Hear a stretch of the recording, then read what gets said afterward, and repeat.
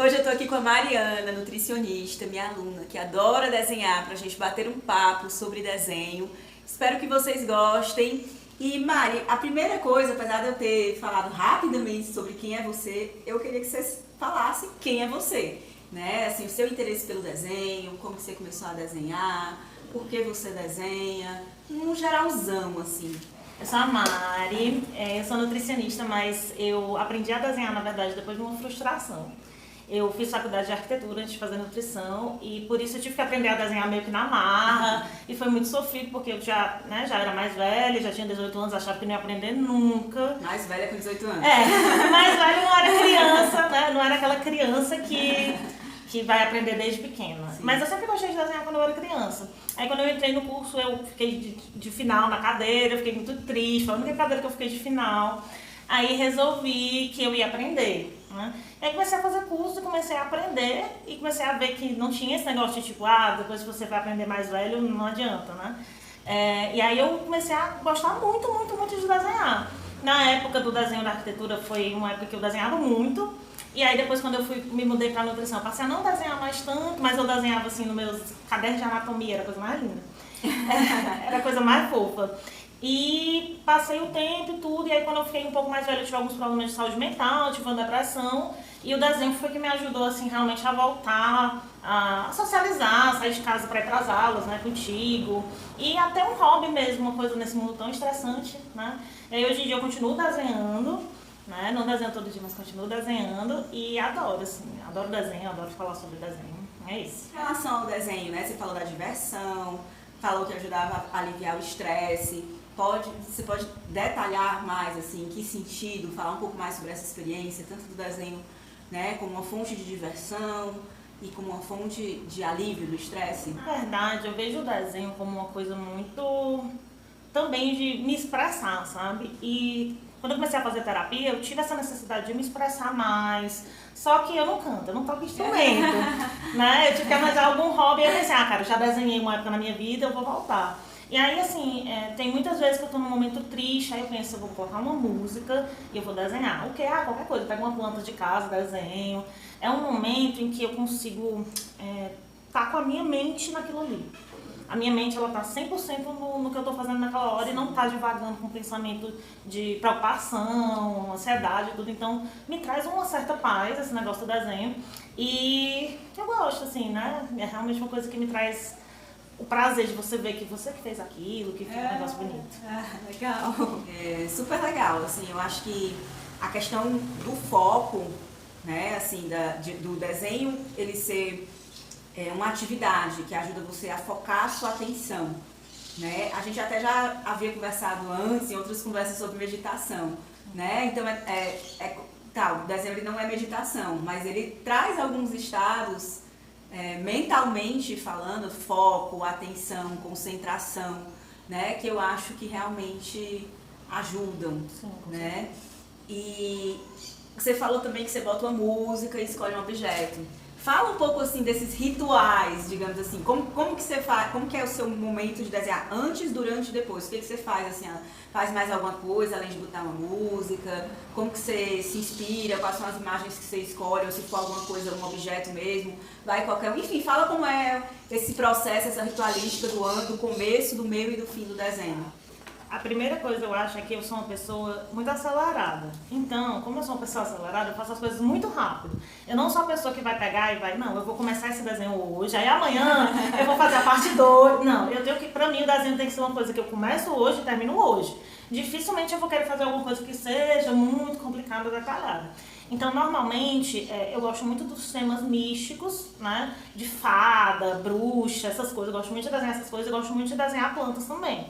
Então, dependendo do meu estágio do dia, eu escolho. Normalmente eu vou no Pinterest e aí eu vou procurar algumas referências, né, tudo, pra fazer. Eu gosto de criar, né? Antes eu acreditava que eu só conseguia copiar os desenhos, mas eu aprendi, né, contigo, como que a gente faz as composições e tudo. Então, normalmente eu faço esse tipo de composição. Arrumo, normalmente essa mesa, né, a gente tá na minha casa, então, normalmente essa mesa aqui, então eu deixo ela bem limpa, só com meus materiais mesmo de pintura e de desenho, eu gosto, né, da pintura também. E eu acho que é isso. E o final, eu acho que assim, pra mim é tipo, quando tá, eu estou 100% satisfeita. Né? Então eu sempre começo, faço aquele rascunhozinho, pinto por cima, aí vou fazendo as sombras, vou colocando os pontos de luz. E aí eu acho que quando eu vejo que tá do meu agrado, é o momento assim, que eu termino mesmo. E é isso. Bota um pouquinho assim de longe, né? É isso. Tem alguma coisa que você sempre faz quando você desenha? Acho que não. Mesmo que não seja relacionado ao desenho. Tem que você falou, eu boto uma música. Eu acho que a música é uma coisa que eu sempre faço. E eu gosto muito, não eu sempre que eu faço, mas eu gosto de não desenhar em casa. Eu gosto de ir pra cafés, né? Ou então, tipo, às vezes meu marido fala, eu tenho não sei o quê, um evento não sei aonde. Aí eu vou e levo um caderninho e fico desenhando qualquer coisa. Às vezes eu desenho, tipo, cadeira. Né? Normalmente também nos momentos de tédio eu tento fazer isso. Legal. E já que você falou em tédio, né? Fala mais assim, sobre essa questão do desenho, né? Quando você se sente entediado, do desenho como uma ferramenta ou como um veículo, né? Para poder se sentir menos entediada. Fala um pouco sobre sua experiência de tédio, né? E como que relaciona isso ao desenho, assim. Sempre que você tá, acho que sempre não, né? Mas assim, sempre que você tá entediada, você desenha, ou quais são as ocasiões que você desenha, né? E você sente de repente, não sei se você já observou isso, mas de repente você sente que quando você está entediada, você rende mais ou você rende menos? Pergunta muito interessante. Eu vou até refletir aqui, mas eu estava pensando que na minha vida é muito normal eu ter, estava até aqui um caderninho, mas eu tenho um caderninho que eu levo para todo canto, porque se eu tiver com vontade de desenhar alguma coisa, eu desenho. Nada muito, assim, complicado. É uma besteira mesmo, desenhar essa garrafa. Porque eu acho que tem várias formas de você sair do tédio. E tem formas que são muito passivas, tipo assistir televisão, ficar deitado e tudo. E tem formas como leitura, desenho, que são mais ativas, né? Tanto da parte da imaginação, quanto da mente mesmo. Então eu gosto de fazer o desenho, às vezes é como se fosse assim, não, tá bom já, de Netflix, dá uma sacudida aqui, arruma a mesa e começa a desenhar. Eu acho que é um sentimento difícil de explicar para quem não desenha, né? Mas pra mim é uma paz, aquela tinta misturada, a tinta aquarela quando você bota no papel, pra mim é uma paz maravilhosa. Então eu acho que é bem isso, né? É uma questão mesmo de, eu gosto, claro, e de que eu acho que é uma das atividades que mais me tira do tédio de uma maneira produtiva e não improdutiva. Gente, isso é muito interessante, porque assim, eu não sei se você sabe, né? E com certeza acho que a maioria das pessoas não sabem.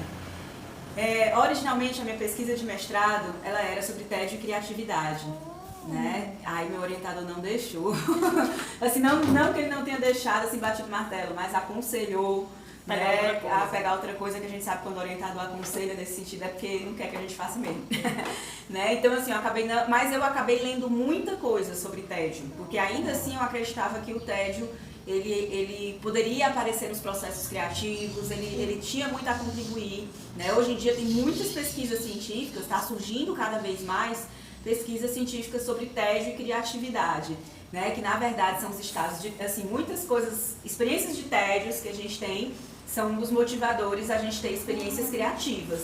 Eu achei, bem, é diferente o ócio criativo, do tédio, né? Geralmente o tédio ele tá mais ligado à ociosidade, né? E o ócio, da palavra latina, né? Ócio, ele tá mais ligado àquilo que você faz, àquela experiência que você tem, que é mais plena, que é satisfatória, né? Então ele tá mais ligado quando você fala assim, aquela satisfação que eu sinto de ver a tinta no papel, isso tá mais perto do ócio, entende? E o tédio não, o tédio é é a repetição do dia a dia, né? Você tá ligado ao devaneamento, a sua mente ficar vagando, né? Então, eu achei muito interessante na tua fala, na verdade, quando você falou que o desenho é uma forma de você sair do tédio ativa. Eu nunca tinha, olha que eu já li sobre tédio, eu nunca tinha parado pra pensar sobre isso, né?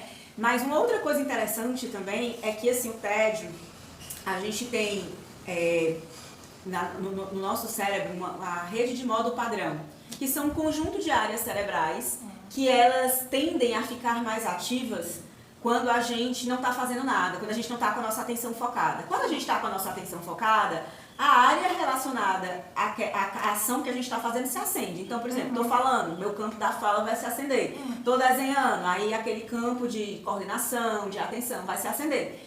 Então, quando você está fazendo uma coisa assim, cozinhando, desenhando, você está focado, você está, digamos assim, usando só ou principalmente aquela área ali do seu cérebro.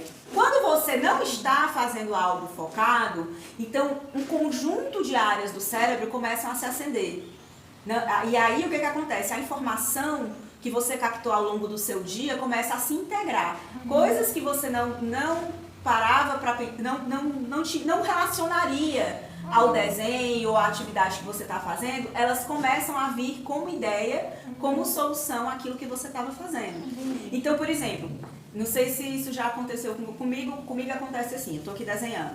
Aí eu gostei do desenho, mas eu sinto que está faltando um tchan. Ou então eu estou tendo uma ideia para desenhar uma coisa, mas ainda estou fechando a ideia na cabeça. Se eu começar a desenhar, rabiscar, aquela ideia vai e aí eu vejo se ficou boa, se não ficou.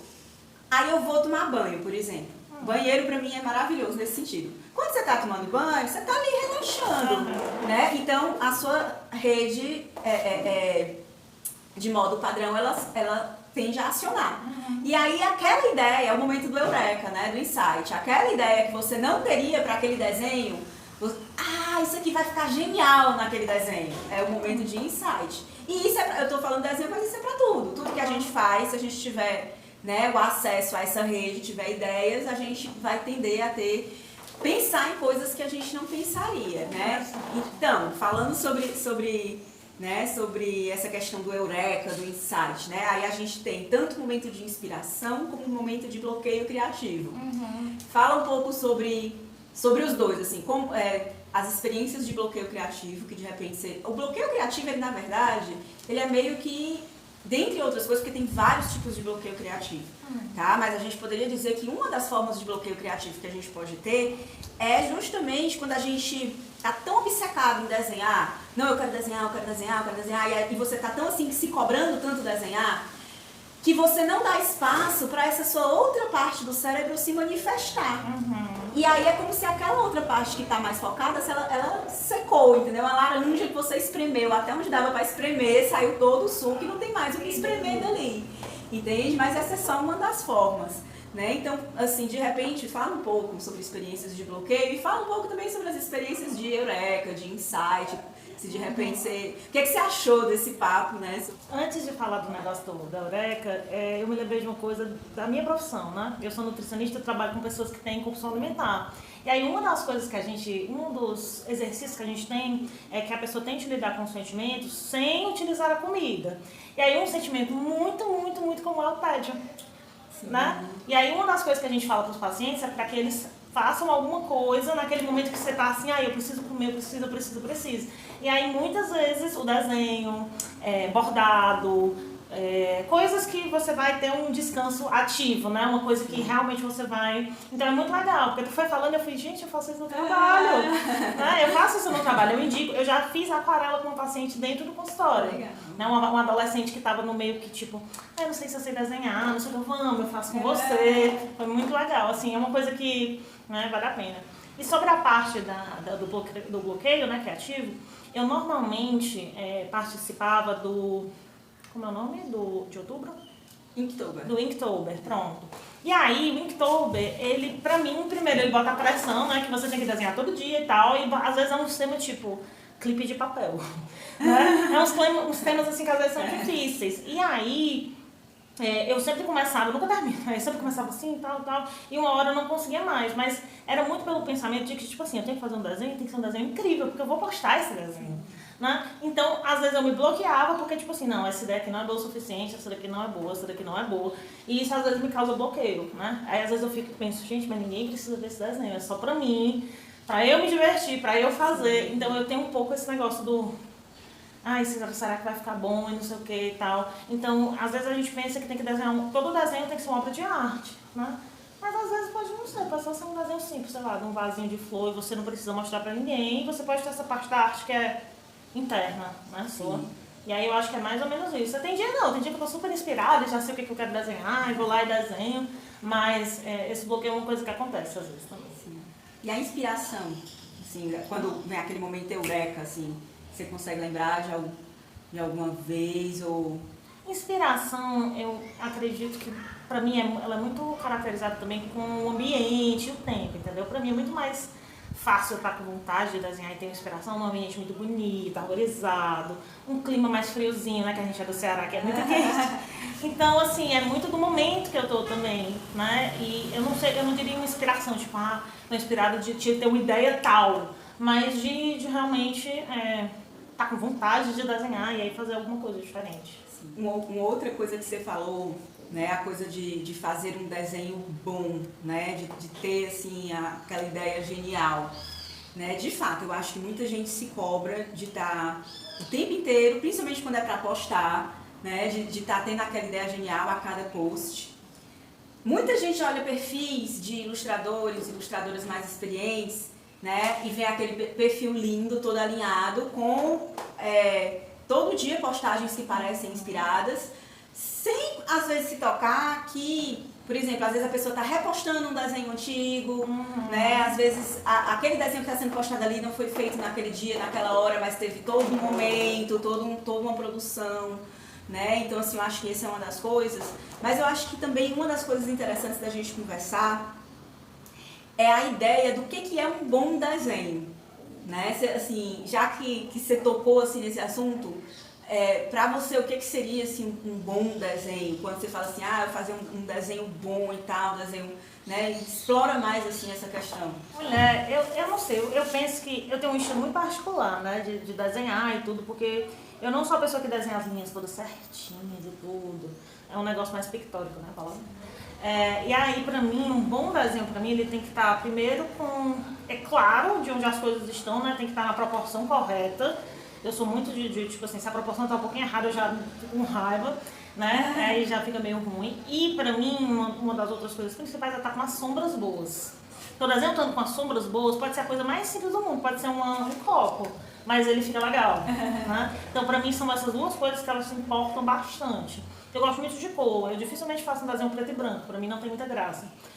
Então, eu acho que é exatamente isso. E a combinação, né, das cores, eu gosto muito de fazer sombras coloridas, fazer toda a questão, né, do estudo de cores bonitinho e tudo. Eu acho que é mais ou menos isso. Pra mim tem que ter um quê de personalidade. Né? Eu acho que é isso. Entendi. É a primeira vez que você tá vendo o boneco de palito, né? Que você de repente, esse é o primeiro vídeo que você tá vendo aqui no canal, né? E tá gostando dessa conversa, não se esquece de curtir, de compartilhar, de deixar um comentário, de dizer o que você tá achando dessa conversa, né? Mas, deixa eu ver, tem mais alguma coisa assim que você queira pontuar, que você queira comentar diante de tudo que a gente comentou sobre desenho, assim? Eu acho, trazendo o tema para a mesa, né? Quando a gente começou, eu comecei a falar que eu comecei a aprender tarde, velha, né? Eu comecei a aprender desenho, eu tinha 18 ou 19 anos. E a gente tem muita impressão, existe muita impressão do dom, né? Ai, não, a pessoa nasceu com um dom e não sei o que e tal. E a impressão também que é tipo assim, se eu não aprender quando eu era criança, depois de velha, é que eu não vou aprender mesmo. Eu tinha essa impressão e comigo foi completamente desprovada, né? Porque realmente eu aprendi a desenhar muito melhor do que eu imaginava, porque eu era nível boneco de palito. Eu era assim, nível boneco de palito mesmo, não tinha nem o que dizer. E já faz mais de 10 anos que eu desenho hoje em dia, né? E tudo, mas enfim. Paula, aí ó, trocando. O que você acha disso? É possível você aprender, adulto, idoso, a desenhar? Não, assim, isso é uma conversa que a gente já teve aqui algumas vezes no Boneco de Palito. Vou deixar meus cards aqui em cima, né? A questão de se desenhar é dom e tal.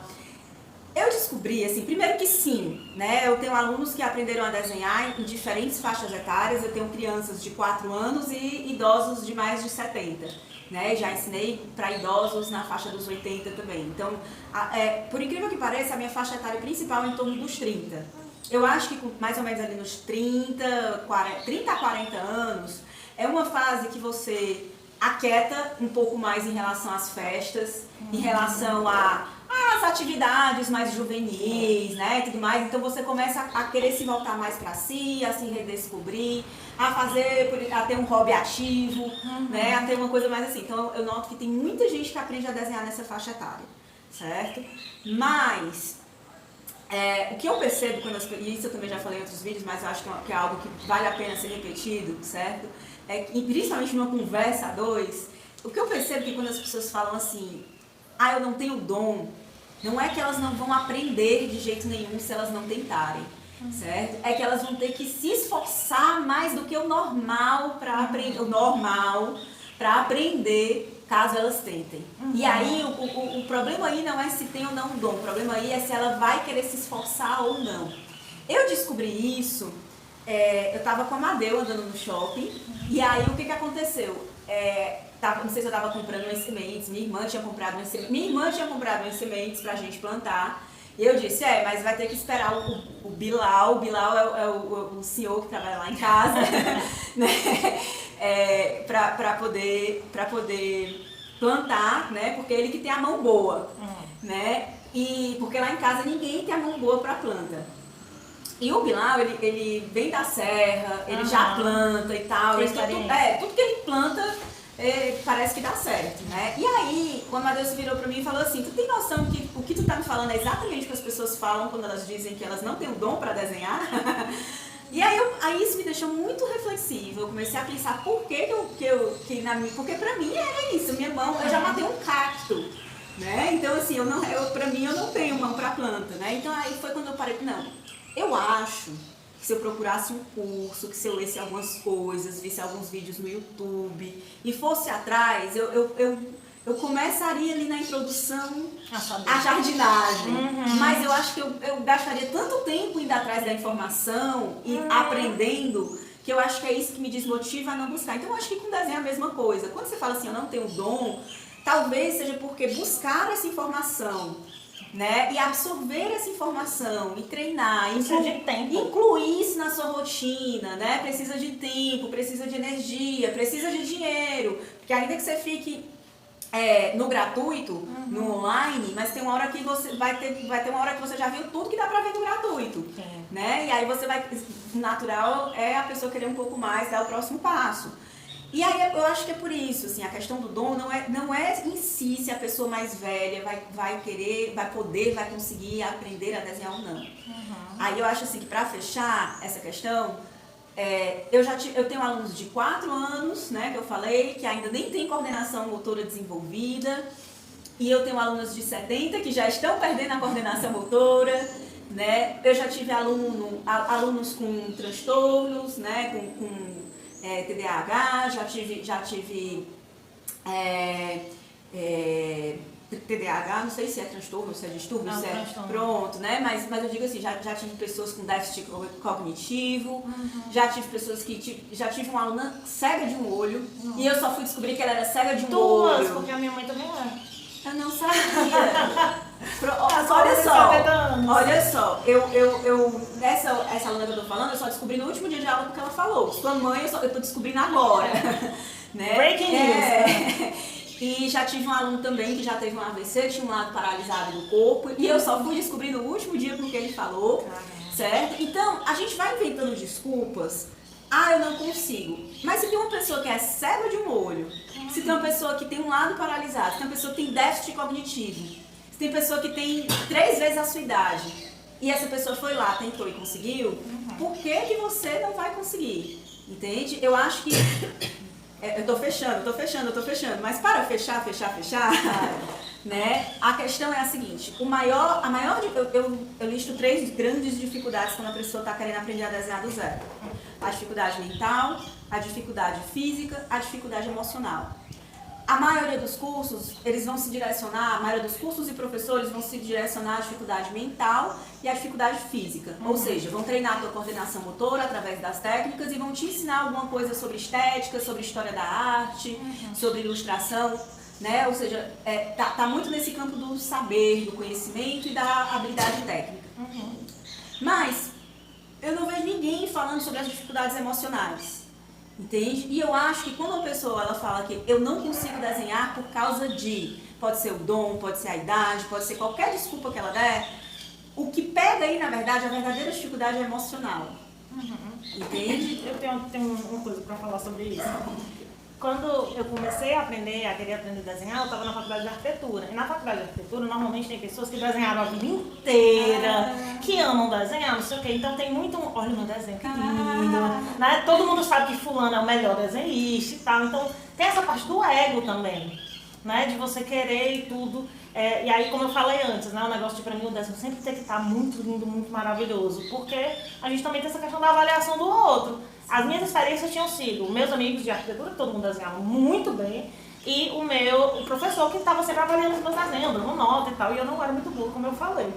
Mas uma coisa que foi interessante, que eu só consegui aceitar depois que eu tive as aulas com você, foi que, como eu falei, eu tenho um estilo, depois pode até botar umas imagens dos desenhos para as pessoas entenderem, né? Mas eu tenho um estilo diferente, o meu estilo ele não é academicista, né? Daquele negócio bem, né? E eu cheguei nas nossas primeiras aulas pensando exatamente que, tipo, eu não sei, eu não desenho bem porque não fica bonitinho, não fica do jeito tal, eu não conseguia dar valor àquela coisa que eu fazia porque eu achava que, como não ficava igual do fulano do ciclano, não tinha valor, né, total. Então, eu acho que também tem muito isso, de você se encontrar no desenho e você entender que, né, não, isso aqui é válido, mas o que você está fazendo também é. Sim, eu acho que foi muito bom ter falado dessa experiência, desse contexto em específico em que você teve seus primeiros cursos de desenho, suas primeiras aulas, onde você já aprendeu com outras pessoas que já sabiam de alguma coisa, né? E com um professor super crítico. Gente, juntou a receita das duas coisas que pode dar pau, né? Assim, de juntar assim, o cenário competitivo com o cenário excessivamente crítico. Porque eu acho que a crítica, ela faz parte. A crítica, assim, a avaliação. É bom ter uma pessoa lhe avaliando, lhe ajudando naquilo que você tem dificuldade, né? Mas na crítica em específico, ou seja, naquele julgamento em cima do desenho, realmente isso pode atrapalhar bastante, né? É aquela velha história de que se você pega um elefante, um peixe e uma ave, e aí você dá um teste pra ele onde é nadar no rio. Pausa técnica. Belinha. Ela vai latir quando a gente começar a falar. É que tá quase na hora de voltar pra situação. Ah, pronto. Deitou, vai. Você pega você dá um teste que é nadar um rio. Quem é que vai nadar melhor? É o peixe, é o elefante ou é a ave?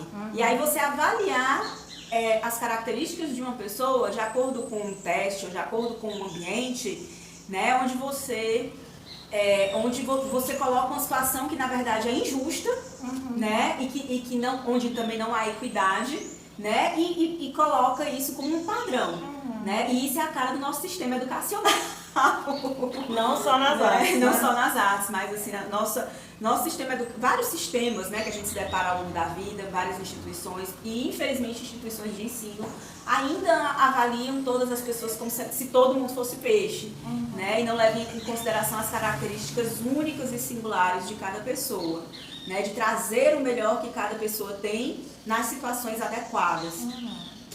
Mari, nossa conversa foi maravilhosa. Eu acho que pra gente fechar, tem só mais duas perguntinhas, né? Eu acho que a primeira pergunta seria a principal coisa assim, que você aprendeu comigo. Se você tivesse de pontuar, qual seria?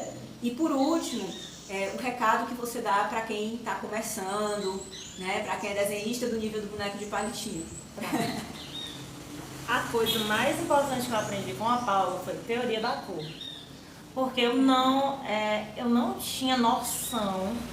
Eu achava que eu tinha noção da teoria da cor, mas eu não tinha, né? Então, me ajudou muito a fazer desenhos muito mais expressivos, muito mais bonitos. Eu falei que eu gosto muito de fazer as sombras coloridas, né? Eu aprendi contigo, de saber, tipo assim, se é azul, qual é a cor que eu vou fazer a sombra, é o roxo que eu vou usar. Então, eu aprendi bastante. Isso pra mim fez uma diferença gritante nos meus desenhos, né? Hoje em dia, nunca vou fazer uma sombra cinza, nunca mais na minha vida vou fazer uma sombra cinza. Então isso eu acho que foi uma das coisas mais legais, e essa parte do estilo também, falei duas coisas, né? Mas de aceitar o estilo que eu tenho como desenhista e tudo. E eu acho que se eu posso deixar um recado, se você quer, né, se você quer aprender a desenhar e você realmente, eu só sei boneco de palito, desenhar é uma habilidade que você consegue aprender, né? É uma coordenação motora fina, mas que a gente vai aprendendo, tem um monte de técnica, né? A Paula falou aí da aluna de 70 anos, que é minha mãe, que está aprendendo depois de 70 anos e está conseguindo fazer desenhos e tudo mais. Então, se você é desse nível, se aventure, né? Vá atrás realmente de um professor que vai te ensinar a técnica correta, vai facilitar o teu caminho, né? Não para você passar anos tentando, mas realmente para entender os exercícios corretos. E é isso aí, acredite em você para poder encontrar realmente o desenhista que está aí. Legal.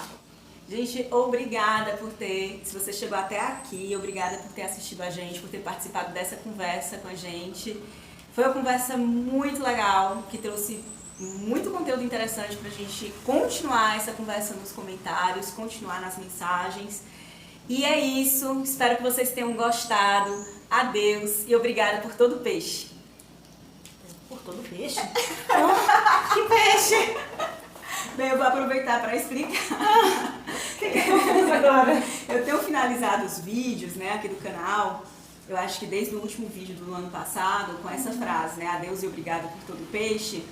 Primeiro porque é adeus, né, despedida, de nos vemos na próxima. Como, por exemplo, isso é tudo pessoal, né? Mas, pra quem não conhece, é porque realmente é nerd e é antigo, é um combo. Ai, meu Deus. Que é o quê? Não sei se vocês já ouviram falar, tanto no livro como no filme Mochileiro das Galáxias. Já. Pronto, aí o que acontece? No começo do filme, mostra os golfinhos explicando a situação da Terra, que a Terra vai ser destruída, que foi decidido por um conselho intergaláctico que a Terra vai ser destruída porque ela está no caminho de uma rodovia que vai passar no universo e por isso ela vai ser destruída. E os golfinhos, na verdade, eles são uma raça extraterrestre inteligente que estão aqui na Terra, infiltrados. E aí, preciso ler esse livro. E aí, como eles sabem que a Terra vai ser destruída, eles vão embora, porque eles sabem, só os humanos que não sabem, né? E aí quando eles vão embora, eles cantam uma musiquinha que é So long and thanks for all the fish. Adeus e obrigada por todo o peixe. E vão embora. Preciso ler esse livro. É um livro, é uma história de absurdos, assim, é aquela comédia pra quem gosta de comédia de absurdo, mas é muito engraçado. Muito bom. E é isso, gente. Adeus e obrigada por todo o peixe. Valeu, galera. Tá aí, eu vou atrás de ler de verdade, porque eu gosto muito de ler, É né? interessante. O Guia no Mochileiro